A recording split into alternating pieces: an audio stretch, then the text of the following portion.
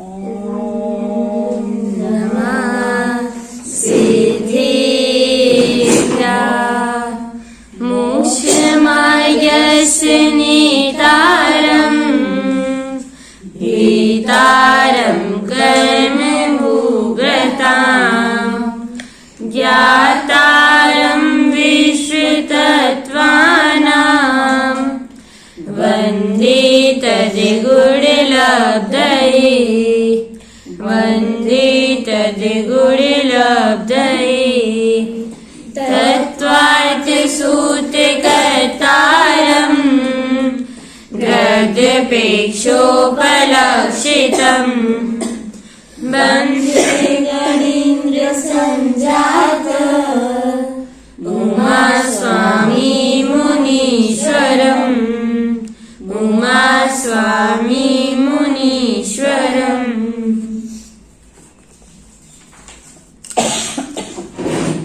8वें अध्याय के माध्यम से हमने पूर्व में शुभ और अशुभ प्रकृतियों की चर्चा की थी।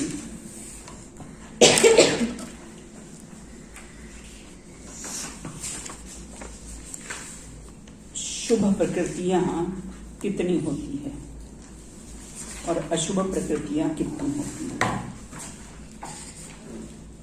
शुभ प्रकृतियां कितनी होती है और अशुभ प्रकृतियां कितनी होती है।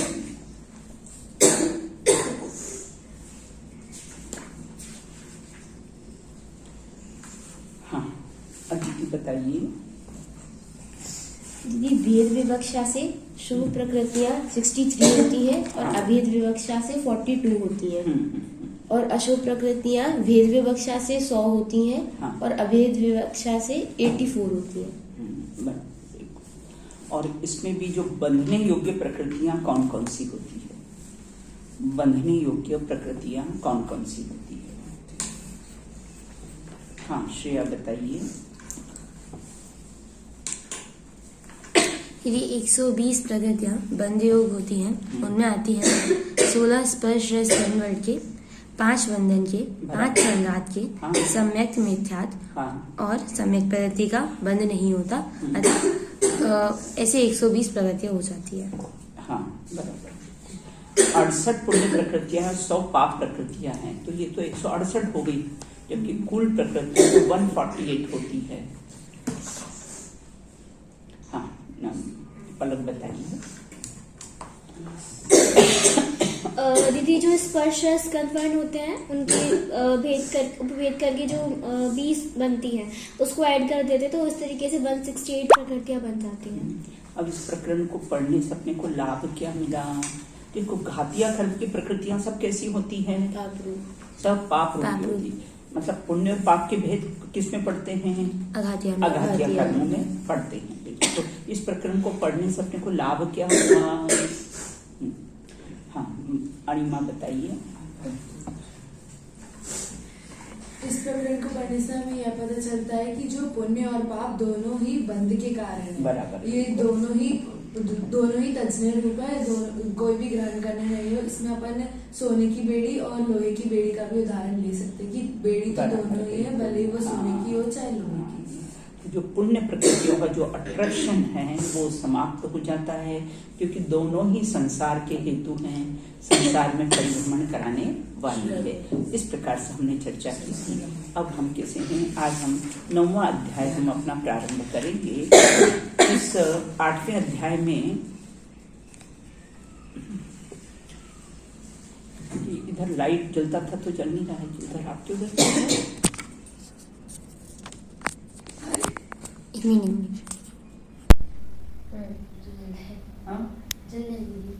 आपके उधर जल रहा है।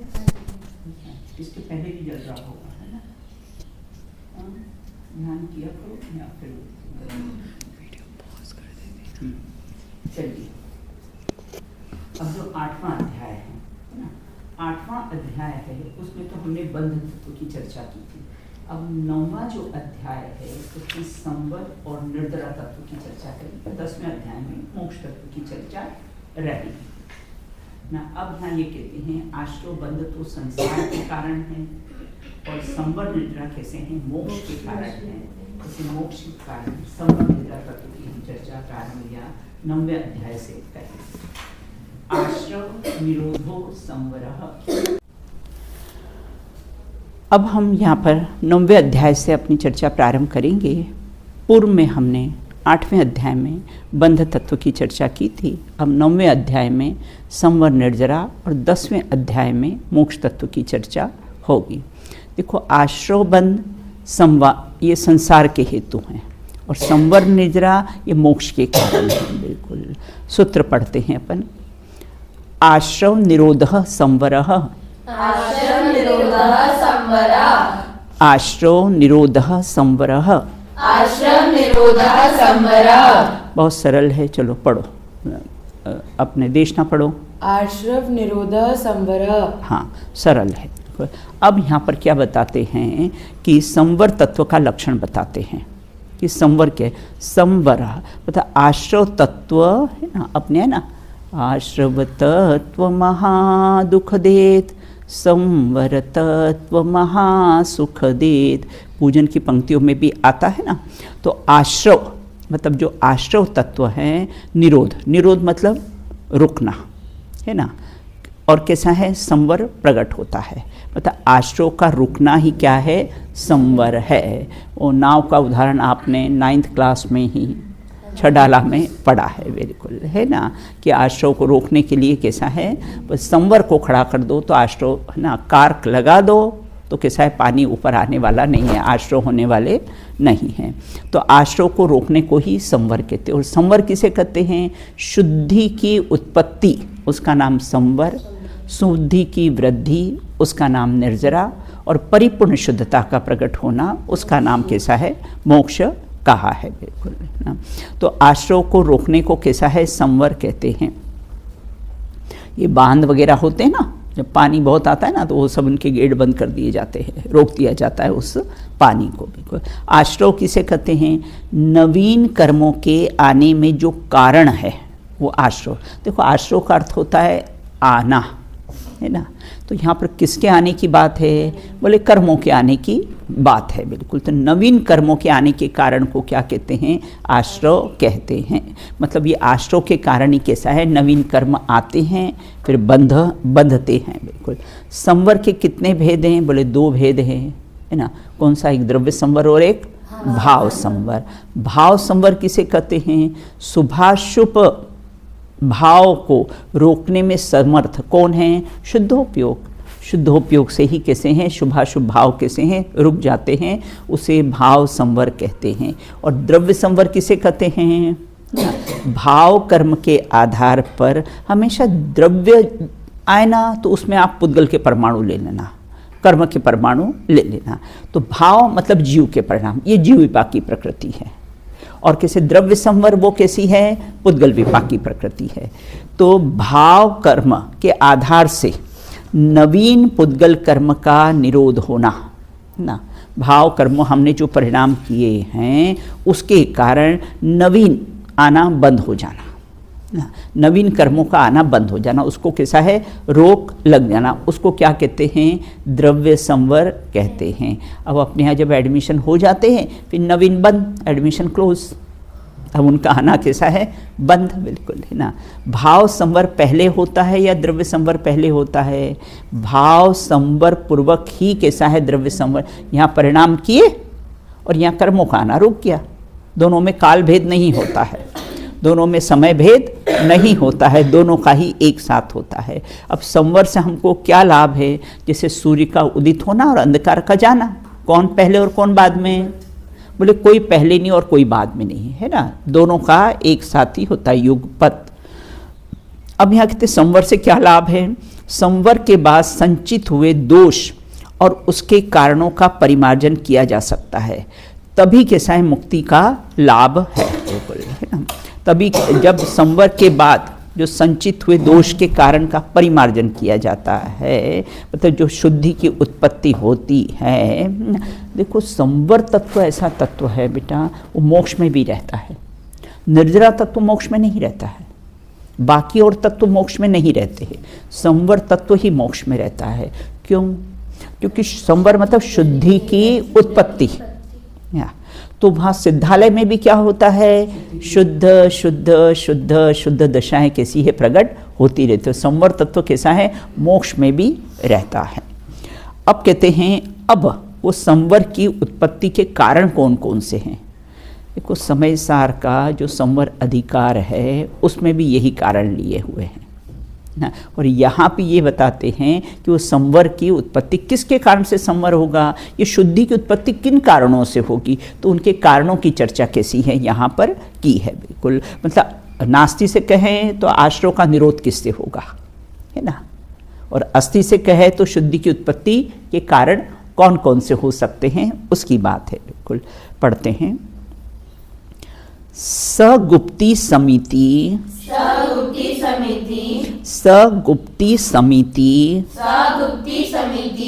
धर्मानुप्रेक्षा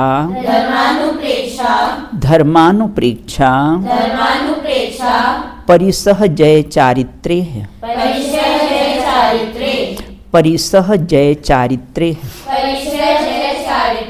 हाँ, कंटिन्यू में पढ़ेंगे।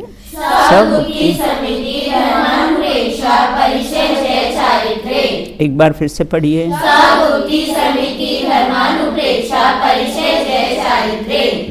चलो पढ़ो फलक। सगुप्ती समिति धर्मानुप्रेक्षा परिचय जय चारित्र्य। अब यहाँ कहते संवर इन्हीं से होता है, वो 5 कारण इन्होंने इसमें बता दिए हैं कि स मतलब वह मतलब कौन, संवर ना, बोले किससे होता है, गुप्ती समिति धर्म अनुप्रेक्षा मतलब धर्मा है ना, तो क्या हो जाएगा, उसका संधि विच्छेद करेंगे तो क्या होगा, अनुप्रेक्षा मतलब 12 भावना, और परिसहजय 20 प्रकार के परिसहजय होते हैं ना, परिसहज 22 प्रकार के परिसहजय होते हैं, और चारित्र्य और 5 प्रकार के कैसे होते हैं, चारित्र होते हैं। इस प्रकार से यहाँ ये कहते हैं कि वह संवर, और 13 प्रकार के भी चारित्र बताए हैं, है ना, 5 समिति 5 गुप्ती, अब 5 समिति और 5 इंद्रिय विजय और 3 गुप्ती, है ना, इस प्रकार 5 प्रकार के भी ये अपने चारित्र की चर्चा भी आगम में आती है। बिल्कुल, है ना। अब आगे क्या कहते हैं कि वह मतलब वह समय सा वह संवर किससे, एक तो गुप्ती से होता है, मतलब शुद्धि की उत्पत्ति किससे होती है, गुप्ती से होती है, वो गुप्ती के 3 भेद। अब और किससे होती है, समिति, मुनिराज जो समिति का पालन करते हैं उससे उनकी कहती है, और शुद्धि की, उनको शुद्धि हो गई लेकिन शुद्धि की और शुद्ध दशा प्रकट होती जाती, धर्म से, और किसे, धर्म मतलब कौन से, 10 धर्म, है ना, 10 धर्म। अनुप्रेक्षा मतलब 12 भावना से भी कैसी होती है, शुद्धि की उत्पत्ति होती है, और 22 प्रकार के परिसहजय और 13 प्रकार के कैसे हैं, चारित्र हैं, उससे कैसी है, यह संवर की उत्पत्ति मतलब शुद्धि की उत्पत्ति होती है। जिसको अपनी शुद्धि की उत्पत्ति करना हो वो इनको धारण करे। अब कहते संवर किससे होता है, तो संवर गुप्ती समिति धर्म अनुप्रेक्षा परिसहजय और चारित्र, है ना, 6 प्रकार से होता है। अब यहाँ ये कहते हैं गुप्ती किसे कहते हैं, सबसे पहले गुप्ती संसार भ्रमण के कारण रूप मन वचन और काय, इन तीनों योगों के निग्रह मतलब रुकना, निग्रह करने को गुप्ती कहते हैं। संसार परिभ्रमण के कारण कौन हैं, एक गति से दूसरी गति में जाने के कारण कौन से हैं, ट्रांसफ़र के कारण कौन से हैं, तो बोले मन वचन काय, इसी के कारण पाप होते हैं। मन में हम बुरे विचार करते हैं ना, वचन से कहते हैं, काय से उसकी चेष्टा करते हैं, तो ऐसे संसार परिभ्रमण के कारण रूप जो मन वचन और काय, इन 3 योगों के निग्रह करने को क्या कहते हैं, गुप्ती कहते हैं, मतलब रोकना, मतलब योगों की स्वच्छंद प्रवृत्ति को रोकना। मन वचन काय ये 3 योग है ना, तो ये योगों की स्वच्छंद प्रवृत्ति को रोकना, उसका नाम कैसा है, गुप्ती है। इसको व्यवहार से 3 गुप्ती का है। निश्चय से कैसा है, अपने स्वरूप में गुप्त हो जाना, उसका नाम गुप्ती है। अगर हम वचन नहीं बोले और हम बोले वचन गुप्ती, तो फिर गूंगे को भी हो जाएगी वचन गुप्ती। गूंगा व्यक्ति है उसको वचन गुप्ती, और जितने भी ये पशु पक्षी हैं जितने हैं ना जो नहीं बोलते हैं कैसा है, उनकी भी कैसी होगी, गुप्ती अपने को मानना पड़ेगी। तो मात्र नहीं बोलना वह वचन गुप्ती नहीं है। यहाँ कहते हैं जब अपने आत्मस्वरूप में लीनता और स्थिरता रहती है तब वचन का विकल्प ही नहीं आता है। अपने स्वरूप में गुप्त हो जाते हैं तब वचन का विकल्प ही नहीं आता है, उसका नाम कैसा है, गुप्ती कहा है। तो सबसे पहले है ना ये गुप्ती, तो 3 गुप्तियां हैं बिल्कुल। अब समिति, समिति सम प्लस इति, अगर उसका संधि विच्छेद करेंगे ना तो क्या होगा, सम प्लस इति, मतलब समता पूर्वक अपने स्वरूप में गमन करना, उसका नाम कैसा है, समिति है। समता पूर्वक व्यवहार से कैसे है, 5 प्रकार की समिति कही गई है, और निश्चय से तो कैसे समता पूर्वक अपने स्वरूप में गमन करना, उसका नाम कैसा है, समिति कहा गया है। भाई 5 समिति होती है। निश्चय देखो हमेशा बात रखना, निश्चय गुप्ती और व्यवहार गुप्ती। निश्चय गुप्ती तो अपने स्वरूप में गुप्त हो जाना, और निश्चय गुप्ती, व्यवहार गुप्ती उसमें मन वचन काहे की चेष्टा नहीं होना, उसको व्यवहार गुप्ती का है। अब समिति में भी निश्चय समिति और व्यवहार समिति। तो निश्चय समिति तो अपन ने क्या कहा है कि अपने स्वरूप में समता पूर्वक अपने स्वरूप में गुप्त हो जाना, उसका नाम कैसा है, निश्चय समिति है बिल्कुल, है ना। और फिर उसके बाद व्यवहार से इरिया, भाषा, ऐषणा, है ना, और आदान निक्षेपण, प्रतिष्ठापन, 5 प्रकार की समिति हैं। देखो जो इरिया समिति है ना, इरिया समिति के भी कैसे हैं, 4 भेद हैं। इरिया समिति जो मुनिराज 4 हाथ जमीन देखकर गमन करते हैं, उसके भी कैसे हैं, है ना, 4 भेद है। सबसे पहले कौन सी, उद्योग शुद्धि। उद्योग शुद्धि मतलब ऐसा नहीं है कि चलो अब गर्मी का टाइम है तो मुनिराज को विहार करना है तो चलो सुबह 4 बजे रात से अपन निकल जाएंगे, तो ठंडे ठंडे समय में हमको जहाँ पहुँचना है हम वहाँ पहुँच जाएंगे। नहीं, उद्योग शुद्धि, सूर्य उदय के पौन घंटे बाद मुनिराज कैसे हैं, विहार करते हैं, उसके पहले विहार नहीं, ये उद्योग शुद्धि है ना। उसके बाद मार्ग शुद्धि है ना, ऐसे मार्ग में मुनिराज कभी गमन, दिल्ली की चांदनी चौक में मुनिराज कभी गमन नहीं करेंगे क्योंकि इतनी भीड़ है, तो व्यक्ति नहीं दिखता है। तो 4 हाथ बेटा अनुज्ञा जमीन देखेंगे कैसे वो, इतनी भीड़ रहती है। अपने इंदौर का राजवाड़ा है कि नहीं, इतनी भीड़ रहती है कि व्यक्ति नहीं आगे का दिखता है बिल्कुल, है ना। तो 4 हाथ जमीन कैसे देखेंगे वो ना। तो इसलिए ऐसी जगहों में कैसा है, मार्ग शुद्धि, ऐसी जगहों में कैसे है मुनिराज गमन करते नहीं हैं। उपयोग शुद्धि, गमन करते हुए भी अपने स्वरूप में, अपने इष्टोपदेश में गाथा है, चालत चालत नाही, मुनिराज चलते हुए भी अपने स्वरूप में स्थिर रहते हैं। बोलत बोलत नाही, बोलते हुए भी वाणी के अकर्ता हैं वो बिल्कुल। तो ये उपयोग शुद्धि। अवलंबन, किसका अवलंबन लेते हैं मुनिराज गमन करते, अपने आत्मस्वरूप का अवलंबन लेते हैं। इसलिए 4 प्रकार की शुद्धि कही है। कौन सा मार्ग शुद्धि, मतलब ऐसे मार्ग में बेटा गमन नहीं करेंगे जो बहुत भीड़ भाड़ का है, जहाँ बहुत भीड़ भाड़ हो और एक ऐसा स्लम एरिया हो, है ना, जहाँ कीचड़ हो, ये हो, है ना, ऐसे स्थानों में कैसा है मुनिराज गमन नहीं करेंगे बिल्कुल, क्योंकि मार्ग दिखेगा ही नहीं। मार्ग तो 4 हाथ जमीन देखकर चलते ना मुनिराज, नीचे मुख करके 4 हाथ जमीन देखकर चलते हैं ताकि कोई भी क्योंकि अहिंसा महाव्रत के धारी होते हैं, तो अपने निमित्त से गमन करते हुए किसी भी जीव की हिंसा नहीं हो बिल्कुल। तो इस प्रकार से इरिया समिति के 4 भेद, उद्योग शुद्धि, मार्ग शुद्धि, उपयोग शुद्धि और किसे अवलंबन शुद्धि। देखो इसमें जो निग्रह शब्द आया ना, निग्रह मतलब विषय सुख की अभिलाषा के लिए, है ना, योग प्रवृत्ति, उसको निग्रह कहते हैं, है ना। यह गुप्ती नहीं है, ना, निज स्वरूप की प्राप्ति के लिए योगों को छोड़ता है ना, मन वचन काया के अवलंबन को कैसा है, छोड़ता है। अब कहते हैं यहाँ पर समिति किसे कहते हैं, प्राणियों को कष्ट नहीं पहुँचे।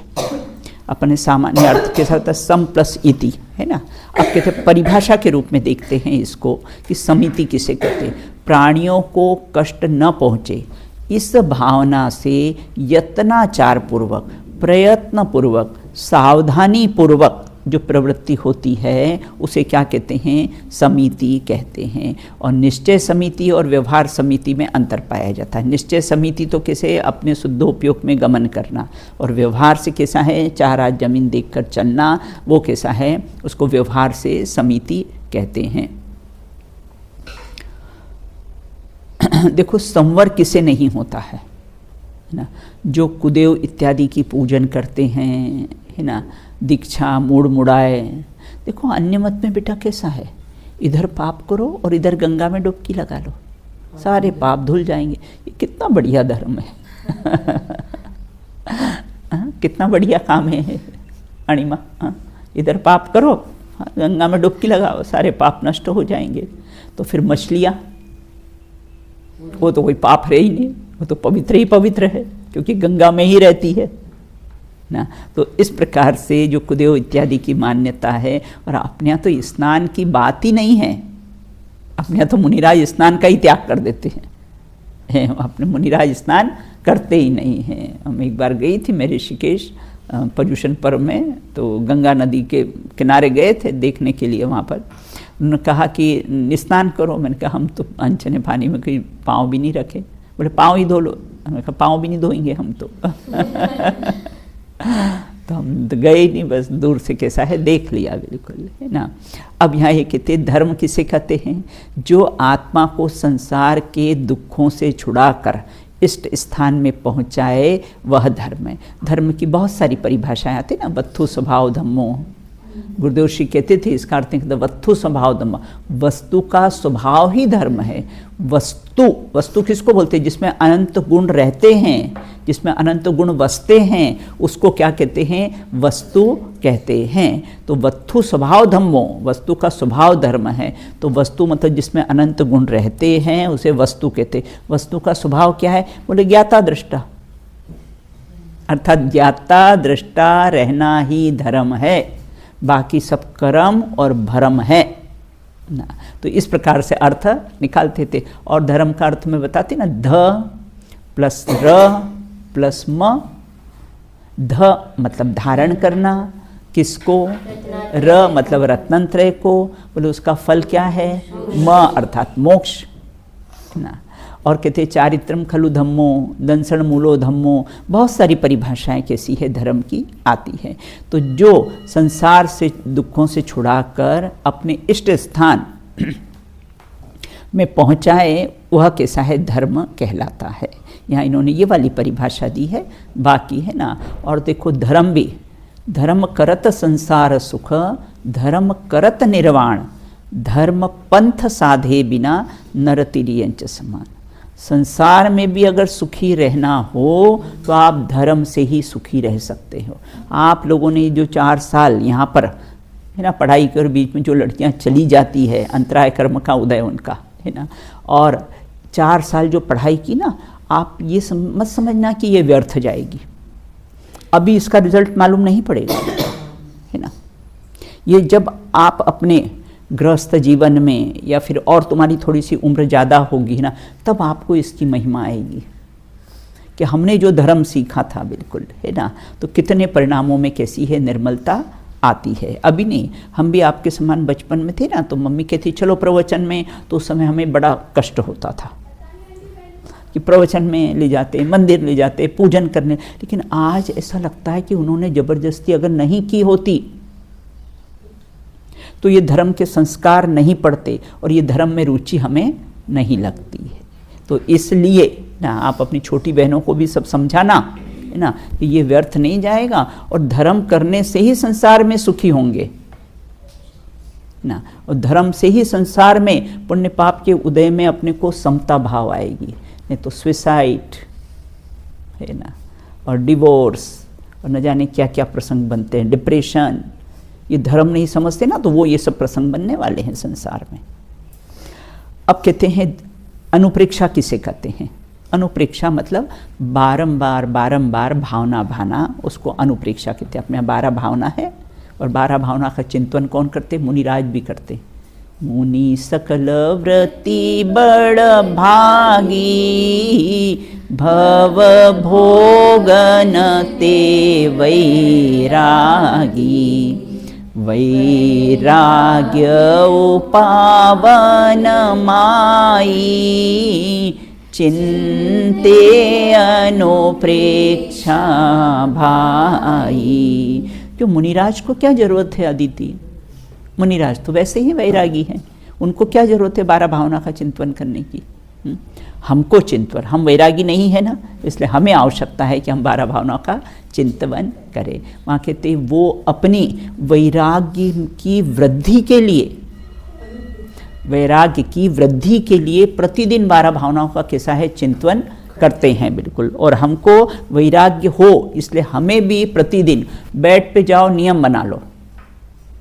मेरा तो नियम है या तो 12 भावना, 47 शक्तियाँ और भी कुछ ऐसे जो प्रिय भजन है, बस उसको पढ़ते करते ना सो जाते हैं, बिल्कुल, है ना।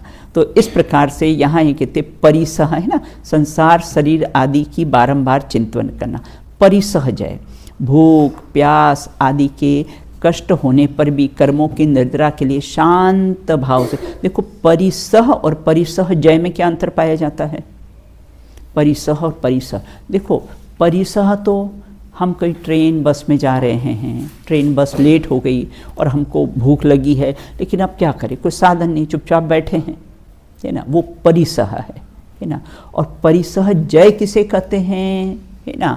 परिसह जय मतलब है ना, मैं तो अरस स्वभावी आत्मा हूँ ना, उसका चिंतन करना है ना, कि क्षुधा कितना खाया मैंने, आदि से आज तक खाया, अभी तक मैं तृप्त नहीं हुआ, मैं तो अरस स्वभावी आत्मा हूँ, ऐसा चिंतन करना वो परिसह जय है। तो परिसह और परिसह जय दोनों में अंतर पाया जाता है।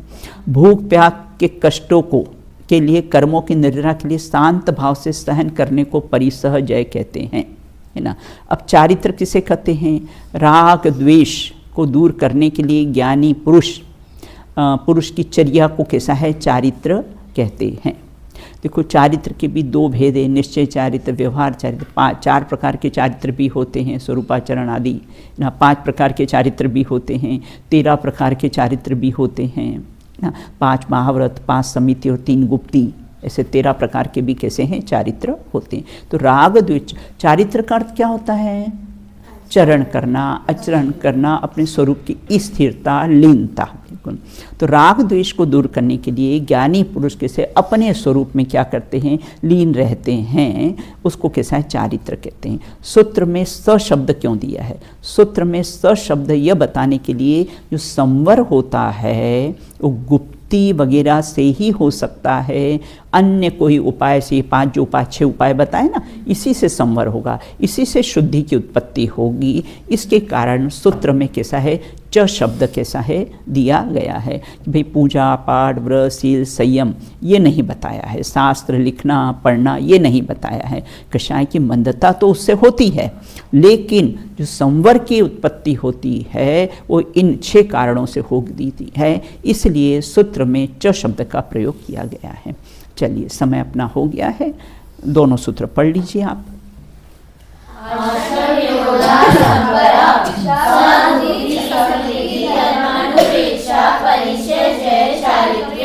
हाँ चलो देखो मुनिराज पे बोलो। हाँ अरसम, वो याद है आपको अरसम की? नहीं, आज लिख लेना बेटा, है ना। 49 गाथा आप लिख लेना। सर्वज्ञ शासन पढ़ लो। सर्वज्ञ शासन जयवंत वर्ते, निर्ग्रंथ शासन जयवंत वर्ते। अरे पर की निंदा प्रशंसा स्वयं की, करते समय शक्ति बुद्धि न खोवे। दुर्भाव मन में भी आवे कभी ना, निर्दोष सम्यक जयवंत वर्ते, गुरुवर का गौरव सदा हो हृदय में, बहे ज्ञान धारा सुआनंदकारी, धुल जाए सब मैल समता की धारा, बढ़ते ही जाए सुआराधना में, बढ़ते ही जाए सुआराधना में। बोलिए अनंतानंद सिद्ध परमेश्वरी भगवंतों की जय हो। नित्य बोनी द्वाशांगमयी जिनवाड़ी माता की जय हो। अस्थि की मस्ती में मस्त रहने वाले समस्त वीतरागी संतों की जय हो। शासन नायक महावीर भगवान की जय हो। अहिंसा परमो जैन धर्म की जय हो। आचार्य पिछुमा स्वामी द्वारा प्रेरित तथा सूची नामक महान ग्रंथ की जय हो। एक साथ बोलिए जय जिनेन्द्र जय जिनेन्द्र।